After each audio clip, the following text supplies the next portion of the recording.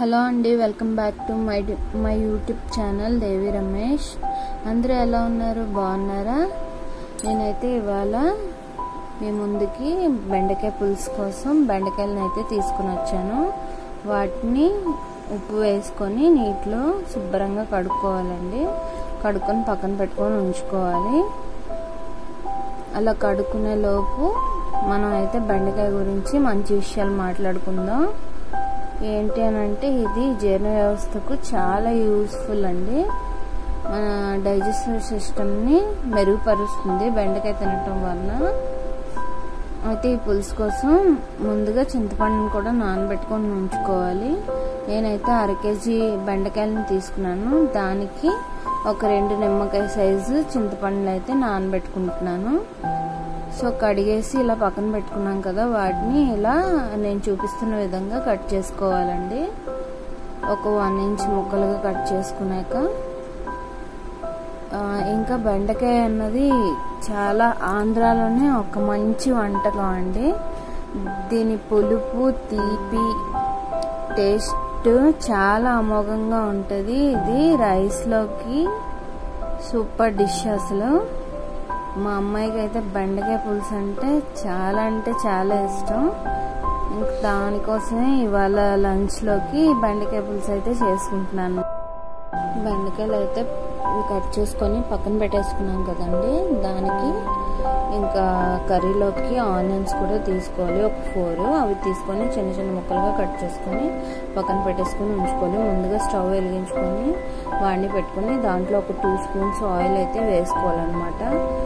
అవి వేసుకున్నాక పోపు దినుసులు అంటే ఆవాలు, జీలకర్ర, ఇంకా మినపప్పు పోపు దినుసులు యాడ్ చేసుకున్నాక సన్నగా కట్ చేసుకున్న ఆనియన్స్, పచ్చిమిర్చి, ఇంకా దంచుకున్న వెల్లుల్లి కూడా వేసుకొని ఒక 10 నిమిషాల పాటు గోల్డెన్ బ్రౌన్ కలర్ వచ్చేంత వరకు కూడా ఆనియన్స్ని వేయించుకోవాలన్నమాట. అలా ఆనియన్స్ కూడా వేగిపోయాక ఇంకా బెండకాయ ముక్కలను కూడా అందులో యాడ్ చేసేసుకోవాలి. వేసేసుకొని ఒక్క 10 నిమిషాలు కలిపేసుకొని మూత పెట్టుకొని మగ్గించుకోవాలన్నమాట. అవి కాస్త మగ్గాక అప్పుడు కర్రీకి సరిపడేట్టుగా ఉప్పు, కారం కూడా యాడ్ చేసుకోవాలన్నమాట. అలా యాడ్ చేసుకున్నాక మళ్ళా ఒక 10 నిమిషాలు మూత పెట్టుకొని మగ్గించుకోవాలి. ఆ లోపు మనం ముందుగా నానబెట్టుకున్న చింతపండును కూడా రసం తీసుకొని పక్కన పెట్టుకొని ఉంచుకుందాం అండి. ఇంకా బెండకాయలు అయితే మగ్గాయి చూసారు కదా, అలా కలుపుకోవాలన్నమాట. ఇంకా అలా కలిపేసుకున్నాక అప్పుడు ఉప్పు, కారం కూడా దాంట్లోకి యాడ్ చేసేసుకుంటున్నాను. అలా యాడ్ చేసేసుకున్నాక ఇంకా వాటర్ అయితే యాడ్ చేసుకోవాలండి. మనం చింతపండు రసాన్ని వెంటనే యాడ్ చేసేయకూడదు. ఎందుకనంటే బెండకాయ ముక్కలు గట్టిగా అయిపోతాయి.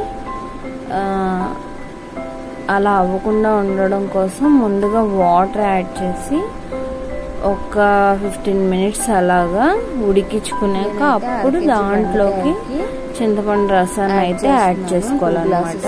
వాటర్ అది కాస్త ఒక 10 నిమిషాలు ఉడికిపోయాక అప్పుడు మనం చింతపండు రసాన్ని యాడ్ చేసుకోవాలన్నమాట.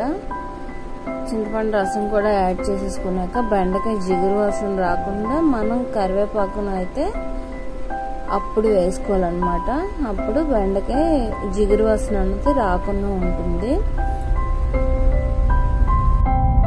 చింతపండు రసం అయితే యాడ్ చేసేసాక ఉప్పు, కారం అన్ని సరిపోలేదని ఒకసారి చెక్ చేసుకోవాలన్నమాట. అలా చెక్ చేసుకున్నాక ఒక 20 మినిట్స్ అది మరుగుతుంది. అలా మరిగేటప్పుడు ఇంకొక 10 నిమిషాల్లో దించేస్తాం అనేటప్పుడు బెల్లాన్ని అయితే యాడ్ చేసుకోవాలన్నమాట. ఇంకా బెల్లం యాడ్ చేసుకున్నాక ఇంకా పులుసు టేస్ట్ అయితే ఇంకా నెక్స్ట్ లెవెల్ ఉంటుంది. బెల్లం యాడ్ చేసేసుకున్నాక ఇంకా ఉప్పు కూడా ఒకసారి సరిపోయింది లేదని ఇంకొకసారి చెక్ చేసుకొని, నాకైతే ఉప్పు సరిపోలేదు అందుకని చెప్పేసి ఇంకా వేసుకుంటున్నాను అనమాట. ఇంకా అన్నీ చెక్ చేసేసుకున్నాక ఇంకా పులుసు అయితే దగ్గర పడిపోయింది కదా, ఇంకా రెడీ అయిపోయింది. ఇంకా లొట్టలు వేసుకుంటూ తినేయడమే ఇంకా లంచ్ బాక్స్కి అయితే. సో లంచ్ బాక్స్ టైం అవుతుంది. ఇంక స్టవ్ ఆఫ్ చేసేసుకొని లంచ్ బాక్స్ ప్యాక్ చేసేసుకుంటున్నాను. ఓకే అండి, ఉంటా. బాయ్. వీడియోస్ నచ్చినట్లయితే లైక్ చేయండి, షేర్ చేయండి, సబ్స్క్రైబ్ చేయండి.